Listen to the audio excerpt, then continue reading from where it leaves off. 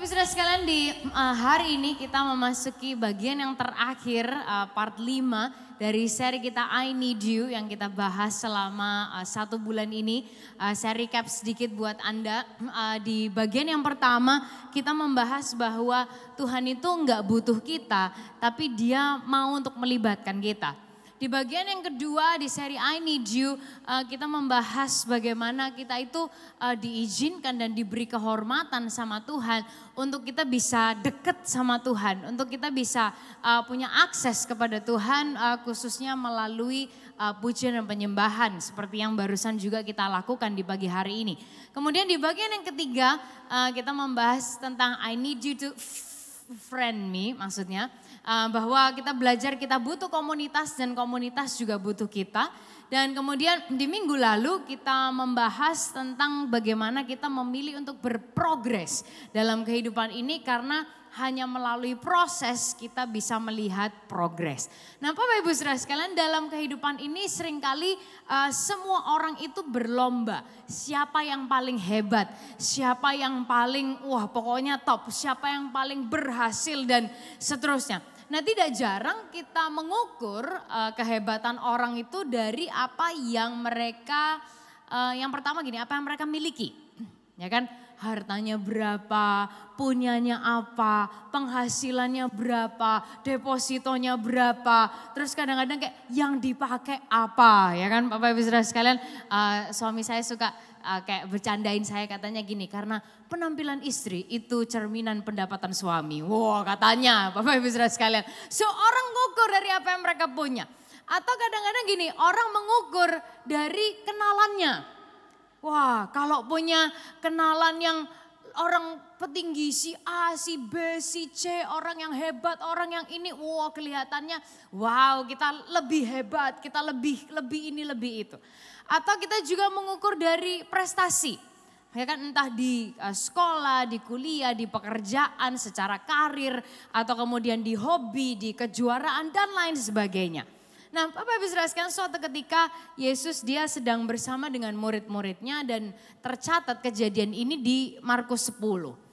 Nah waktu itu Tuhan Yesus tuh lagi ngobrol dan muridnya ini tiba-tiba mereka tuh kayak kasak kusuk sendiri gitu. Ngobrolin tentang siapa yang paling hebat di antara mereka. Oke. Terus mereka juga memikirkan siapa yang kira-kira paling dekat sama Yesus katanya gitu.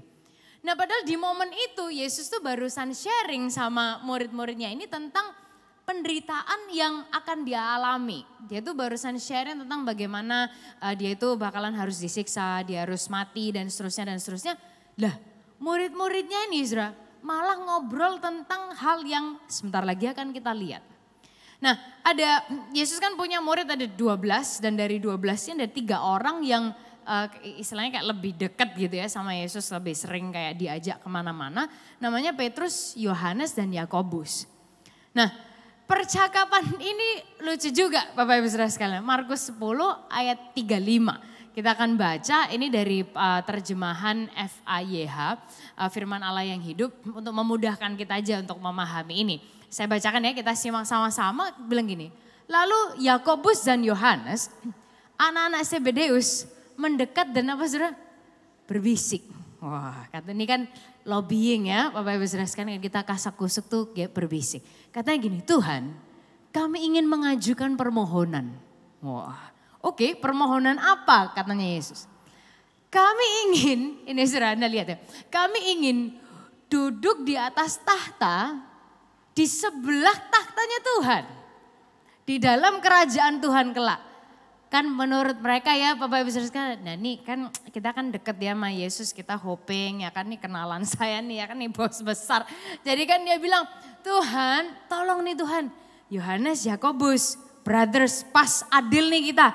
Ya kan kita kepengen duduk di sebelah tahtanya Tuhan, yang satu di sebelah kiri, yang satu di sebelah kanan.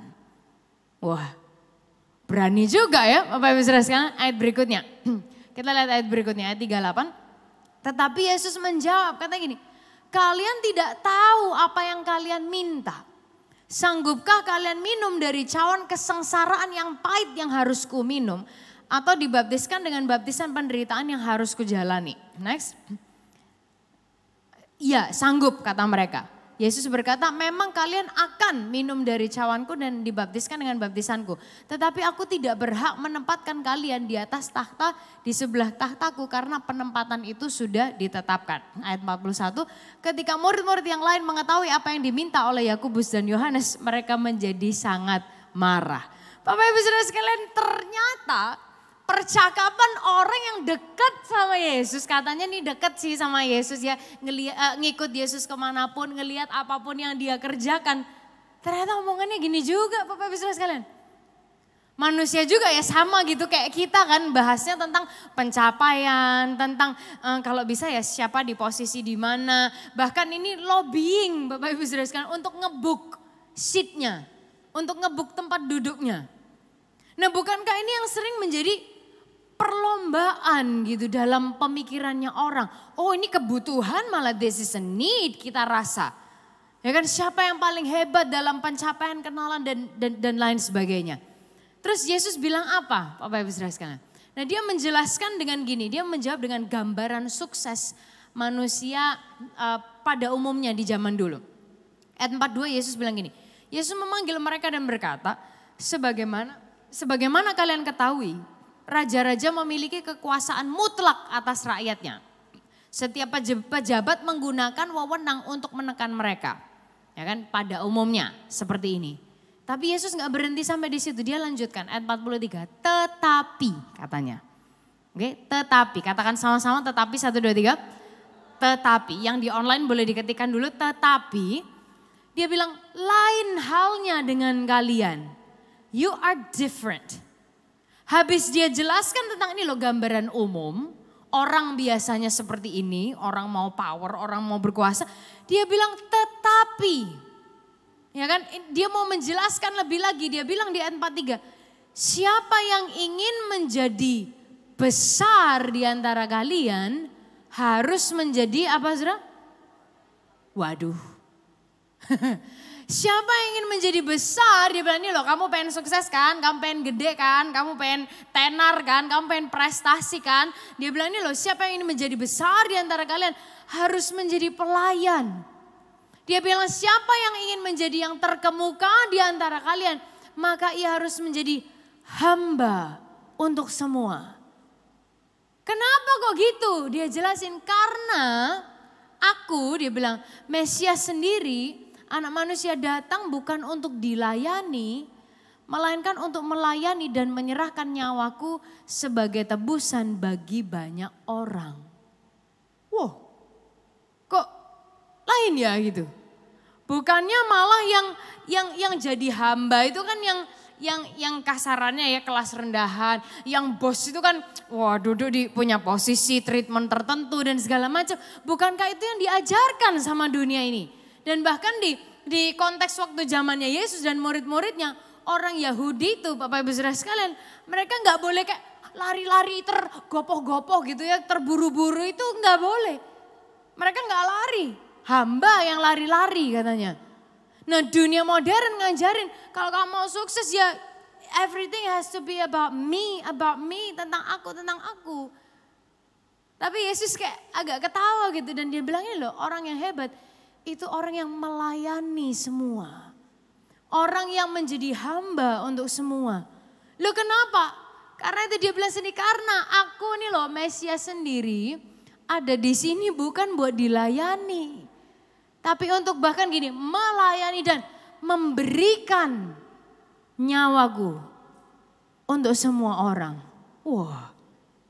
Nah Bapak Ibu Saudara sekalian, ini yang sering ditemukan gini, banyak orang yang sukses itu hancur karena salah konsep. Orang umum akan mikirnya gini, oh kamu harus mikir kamu tuh gak mau repot. Gak mau repot, jangan mau repot, gak mau repot, gak mau repot. Gak bisa Bapak Ibu Saudara sekalian kan, saya rasa kita semua tahu bahwa kerjaan manapun, pemimpin yang hebat itu membawa perusahaannya dari satu kehebatan kepada kehebatan berikutnya bukan karena dia gak mau repot.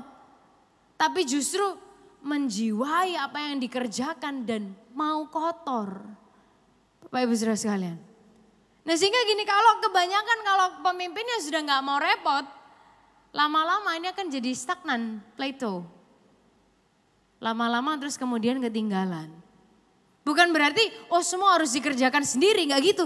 Tapi kalau pemimpin yang nggak berani kotor, nggak menjiwai, nggak menggali lagi, digging in lagi, otomatis ini nggak akan kemana-mana. So ini konsep yang Yesus ajarkan, melayani semua. Nah di mana kita belajar ini, di mana kita belajar melayani semua? Salah satunya adalah di gereja. Kita diajarin dan kita diberi kesempatan untuk melayani. Dan bersyukur banget Bapak Ibu Saudara sekalian bahwa di Alpha Omega Church ini bukan menjadi gereja yang melayani atau enggak melayaninya tuh diukur dari posisi, prestasi dan keadaan ekonomi yang kita miliki gitu, bukan. Yang kayak yang biasa-biasa ya, pokoknya yang banyak repot lah ya. Nanti yang bos-bos yang duduk, ternyata enggak. Karena bukan konsep itu yang Yesus ajarkan. Dan Bapak Ibu Saudara sekalian di Alpha Omega Church ini yang melayani Bapak Ibu Saudara sekalian, mereka semua melayani tanpa bayaran. Wah pelit nih gerejanya.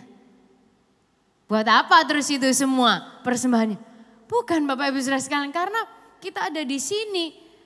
Apapun posisinya, apapun prestasinya, apapun kondisi perekonomian kita semua mendapat kesempatan dan kehormatan untuk melayani kesempatan yang sama. Bukan seberapa posisi, seberapa prestasi kita, bukan. Tapi kita diberi kehormatan yang sama, kesempatan yang sama untuk melayani. Nah sehingga kita percaya gini, melayani semua dan semuanya melayani.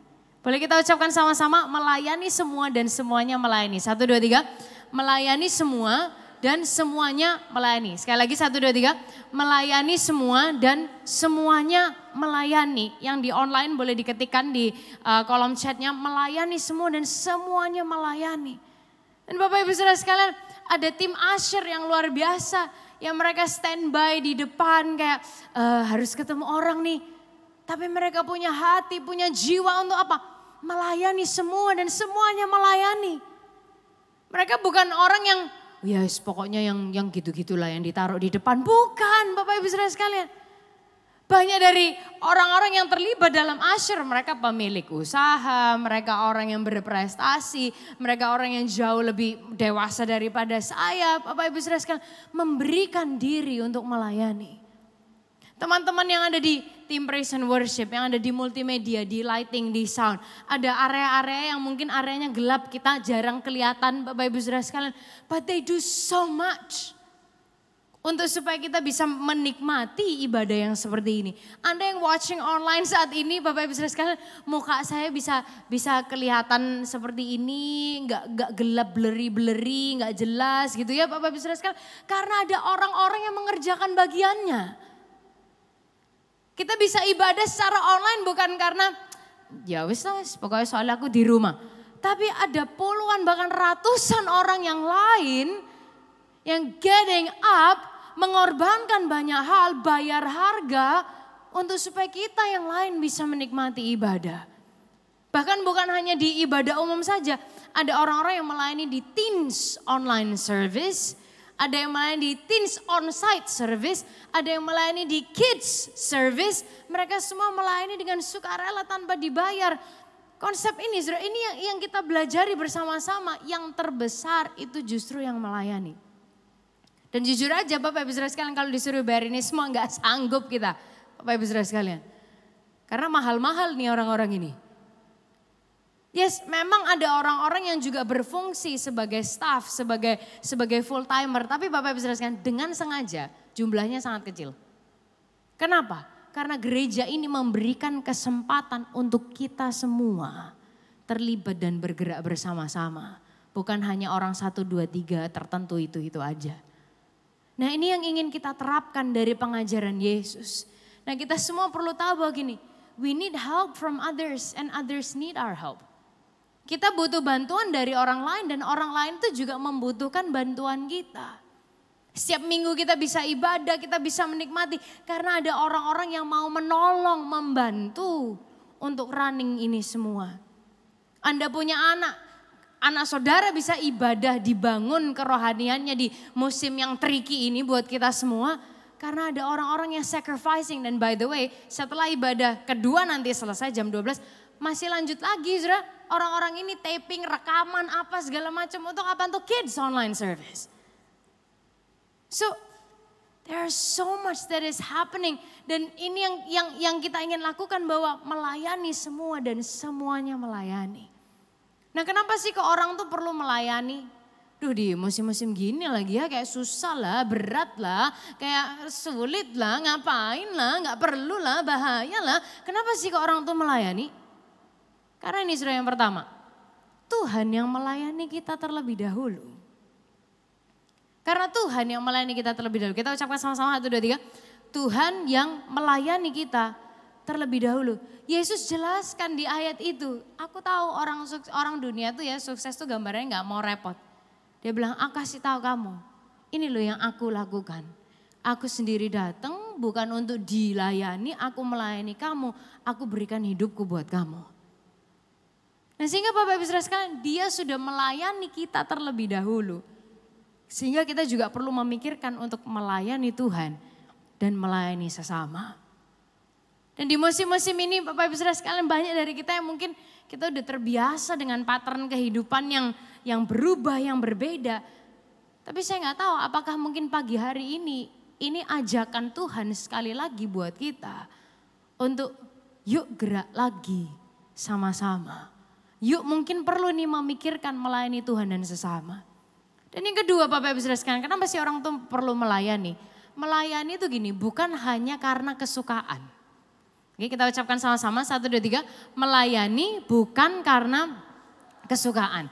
Karena gini saudara, di sebagian gereja termasuk Alpha Omega Church, kita tuh punya budaya untuk gini. Kalau kamu melayani ditanya, bahkan dites. Kamu talentanya apa, karunianya apa, kemampuannya apa. Dan bahkan pertanyaan ini lama-lama bergeser saudara. Jadi gini, kamu sukanya apa, hobinya ngapain, kita fasilitasi. Bapak Ibu Saudara sekalian. Dan di beberapa waktu ini puji Tuhan banget kayak ada banyak orang yang melayani secara online. Mereka nggak physically ada di sini, kadang bisa di beda kota. Tapi mereka terlibat pelayanan. Kadang kita nanya, kamu sukanya apa gitu. Nah, kita melayani berdasarkan apa yang kita suka, apa yang kita enjoy. Nah, tapi hati-hati Bapak Ibu Saudara sekalian.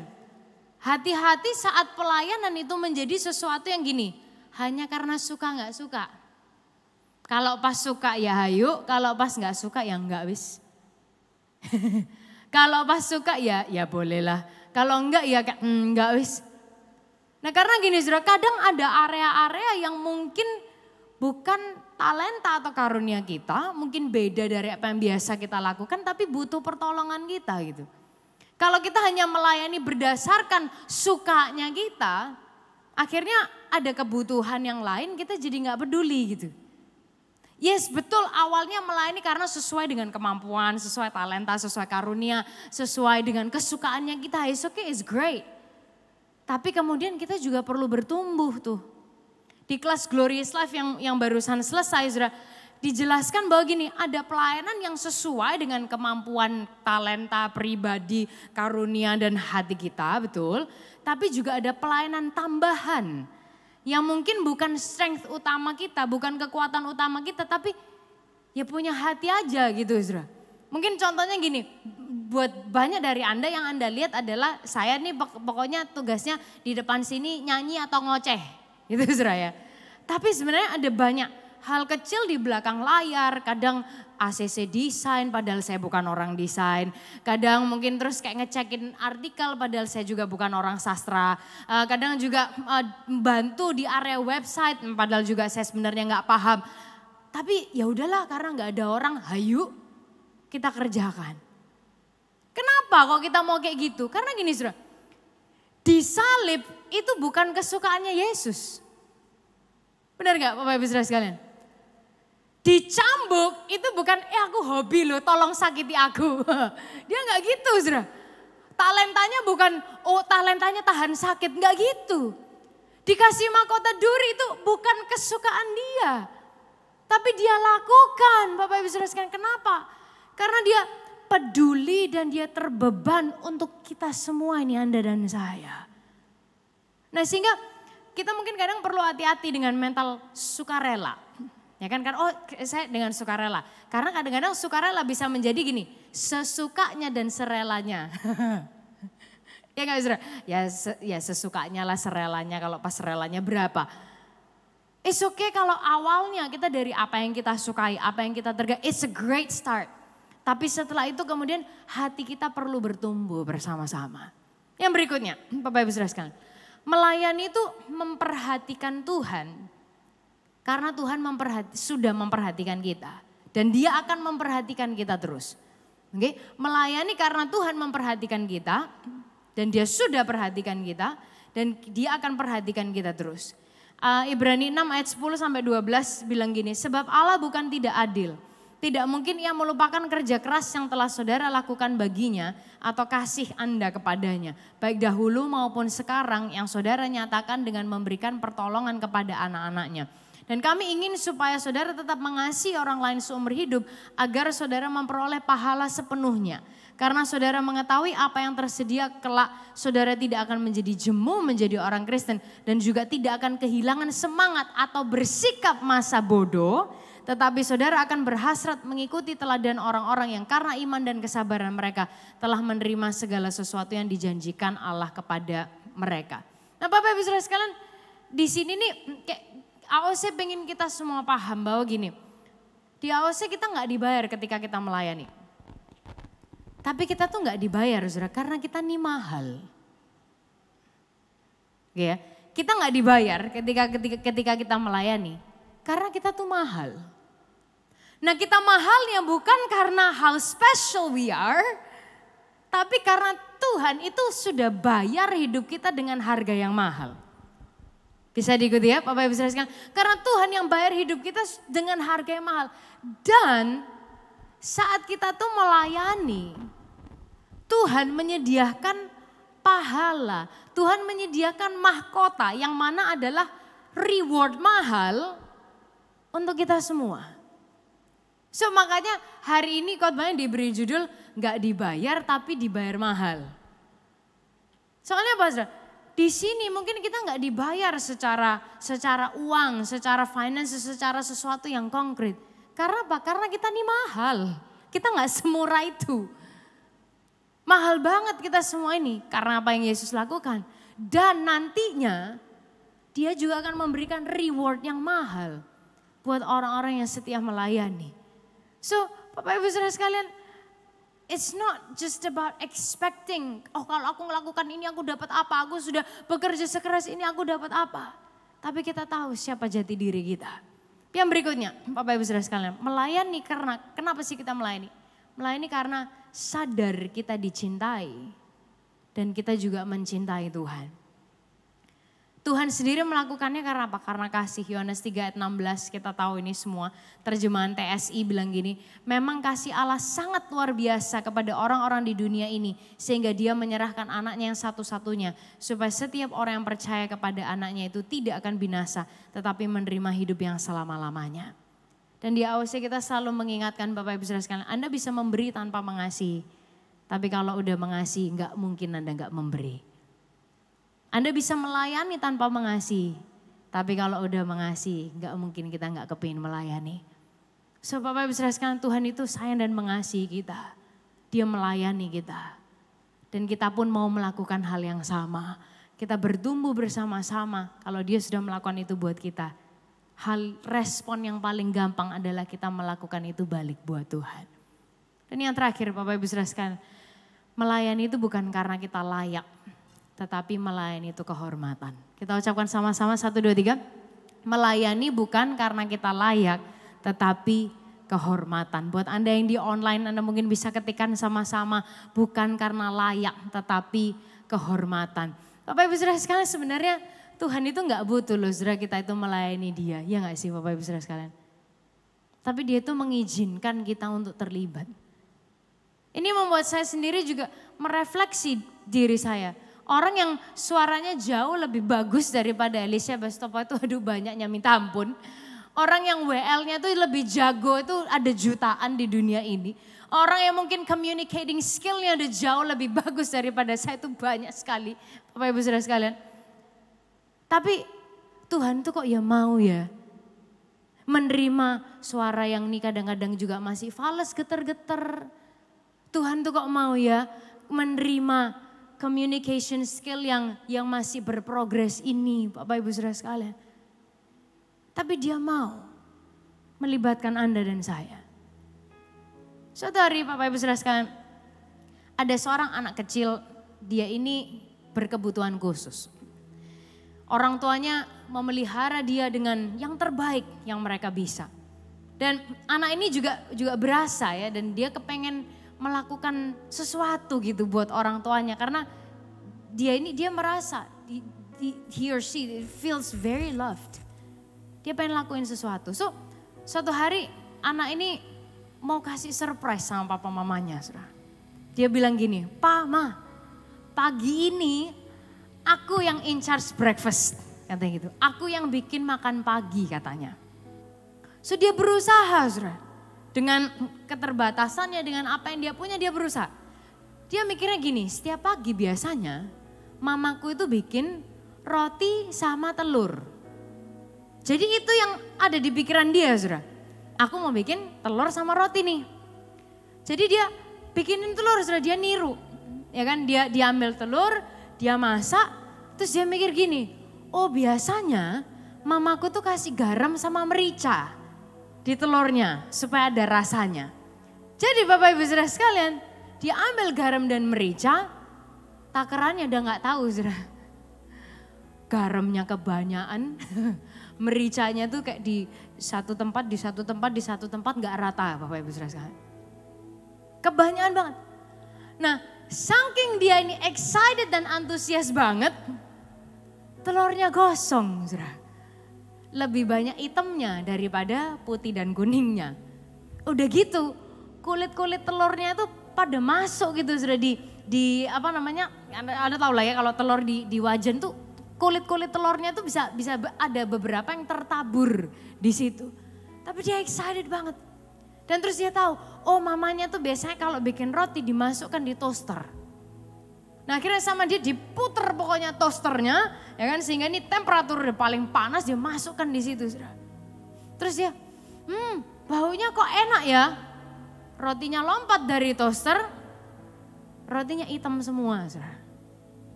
Dia merasa this is great. Itu yang dia taruh di piring, ya kan, dia taruh rotinya di situ, dia sajikan telurnya dengan bentuknya yang ya seperti itulah gitu, saudara. He's so excited. Ini breakfast buat papa sama mama. Orang tuanya ngelihat, oke, makan gak ya? Ayo dicoba, ayo dicoba, ayo dicoba. Dia pengen tahu. Terus dia dengan sangat berharap, gimana Pak Ma? Masakanku. Buat Anda saudara yang udah jadi orang tua, ngomong apa coba kita? Dalam hati kayak, ya gosong ya, asin ya. Tapi papa mamanya bilang, enak banget. This is the best breakfast yang aku pernah makan dalam hidupku. Bapak Ibu Saudara sekalian, ini loh gambaran kita tuh melayani Tuhan. Tuhan itu gak butuh kita, saudara, siapa sih kita ini? Tapi dia beri kita kesempatan, kehormatan untuk kita melayani. Dia kasih kita kesempatan untuk bahkan untuk gini. Dia menikmati apa yang kita lakukan. Why would he do that? Padahal saudara, yang kita berikan adalah kadang masih fales, kadang masih error, kadang bisa salah, kadang telat-telat, kadang ini saudara males bahkan kitanya. To be honest, I'm just lazy. Males aja sih gitu. Bahkan gak mood. Wih hebat banget kita gak mood. Yang kita bawa seringkali keasinan, gosong, kulit telurnya ikut masuk saudara. Sehebat-hebatnya kita melakukan sesuatu itu gak ada apa-apanya dibanding sorga. Tapi Tuhan itu bisa mau ya dilayani oleh orang-orang kayak kita. So selagi ada kesempatan, ayolah kita lakukan sesuatu buat Tuhan. Kayaknya udah kelamaan Bapak Ibu Saudara sekalian kita kayak ya hidup gini-gini aja lah. Ya masih pandemi ya. Ya masih begini kayaknya udah lama Bapak Ibu Saudara sekalian. Let's do something for God. Dan saudara Anda tuh gak dibayar melayani karena saudara terlalu mahal. Dia beli kita semua dengan harga yang mahal. Mahalnya bukan karena kita spesial, karena dia yang beli kita. Dan dia masih beri kesempatan buat kita untuk setelah kita semuanya ini dia beri pahala. Pahala yang mahal buat saudara dan saya. Bapak Ibu Saudara sekalian, beberapa tahun yang lalu Pastor Ezra dia lagi keliling di US. Kemudian dia sempat mampir ke tempat saya sekolah waktu itu. Terus dia cerita tentang orang yang dia jumpai. Ada seorang pemuda waktu itu very young, kayak mungkin lagi usia produktif 30-an. Dan dia tuh berprestasi banget di pekerjaan, kemudian di karir, di sekolah, kayak he was doing so great. Nah kemudian tiba-tiba sudah dia terkena penyakit namanya ALS. Sakit ALS itu sakit yang mematikan otot-otot. Bisa nyerang dari atas pelan-pelan ke bawah atau dari kaki, dari bawah terus pelan-pelan nanti ke atas dan orangnya akan mati. Dan itu melemahkan pergerakannya dia banget. Bapak Ibu Saudara sekalian, obatnya tuh gak ada. Sampai dia harus makan sendiri itu harus belajar lagi. Karena ototnya ini makin lama makin lemah. Tapi di momen yang seperti itu Bapak Ibu Saudara sekalian, dia berusaha untuk dia tetap pelayanan. Pelayanannya ngapain ya? Pelayanannya adalah gini, dia bikin warta gereja untuk gerejanya. Gimana buatnya? Karena ini kan otot-otot udah nggak segampang kita yang lain ya. Dia ngetiknya pakai 11 jari sudah. Masih apa? 1 jari kanan, 1 jari kiri. 11 jari. Satu. He does that all the time. Dan sampai hari ini Bapak Ibu Saudara sekalian. Dia nulis 3 buku. Dia lulus S3 with a doctorate degree. Dia menikah, dia punya anak. Tuhan pakai kehidupannya. Kalau kita hari ini, napas masih enak saudara. Hari ini semua otot dan pergerakan kita semua masih normal. We're doing well. Kita masih napas, kita masih punya hidup. Yuk kita lakukan sesuatu buat Tuhan dan buat sesama. Ada orang yang butuh pelayanan-pelayanan saudara. Ada orang yang datang ke ruangan ini dan butuh pelayanan saudara. Ada orang yang mungkin tidak akan pernah menginjakkan kaki di ruangan ini. Tapi mereka watching online right now. Kita reaching jauh lebih luas daripada apa yang bisa kita lakukan. Kalau Tuhan masih sudi dilayani oleh kita. Yuk kita maksimalkan kehidupan ini untuk melayani Dia. Kita pejamkan mata kita sama-sama. Tuhan Yesus, kami gak tahu harus ngomong apa lagi Tuhan.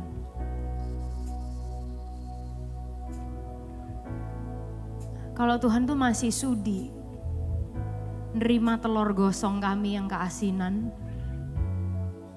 Kalau Tuhan tuh masih sudi untuk kami melakukan sesuatu buat Tuhan dan bahkan Tuhan memilih untuk menikmatinya.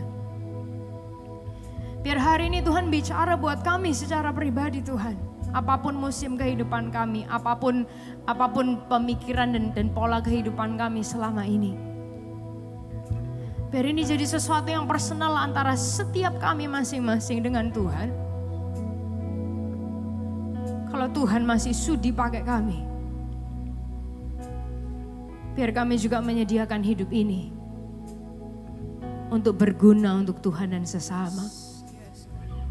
Kalau dengan semua keterbatasan kami, Tuhan pakai kami bawa hidup kami kepadamu Tuhan hari ini. Bapa, Engkau mengenalku lebih dari siapapun. Sadari ini Bapak Ibu Saudara sekalian. Engkau tahu ceritaku dan isi hatiku. Tapi ini yang Dia lakukan buat saudara dan saya. Tak peduli masa lalu, Engkau tetap memilihku. Kemudian ini, ubahkan ku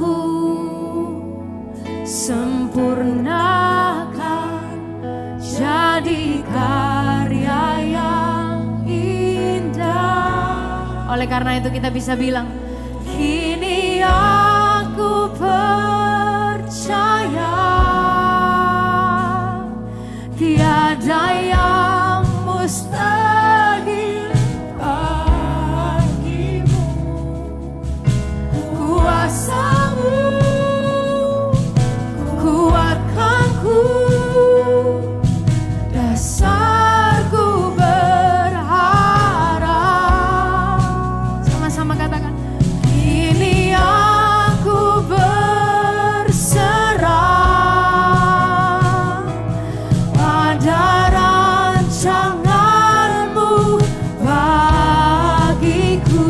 Katakan, ku ikuti panggilanmu,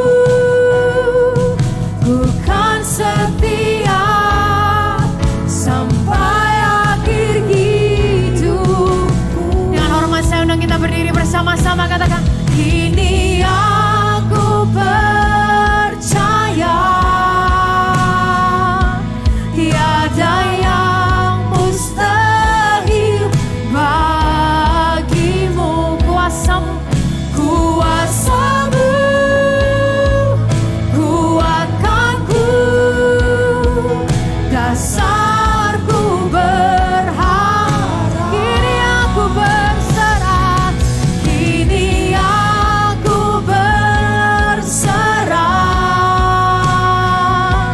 pada rancanganmu bagiku. Ku ikuti panggilanmu, ku kan setia sampai akhir hidupku. Katakan, kini aku berserah Tuhan, kini aku berserah pada rancangan-Mu bagi hidup kami. Pada rancangan-Mu bagiku, ku ikuti panggilan-Mu, ku kan setia sampai akhir hidup. Angkat kedua tangan kita bersama-sama, katakan, kini aku berserah pada rancangan-Mu bagiku.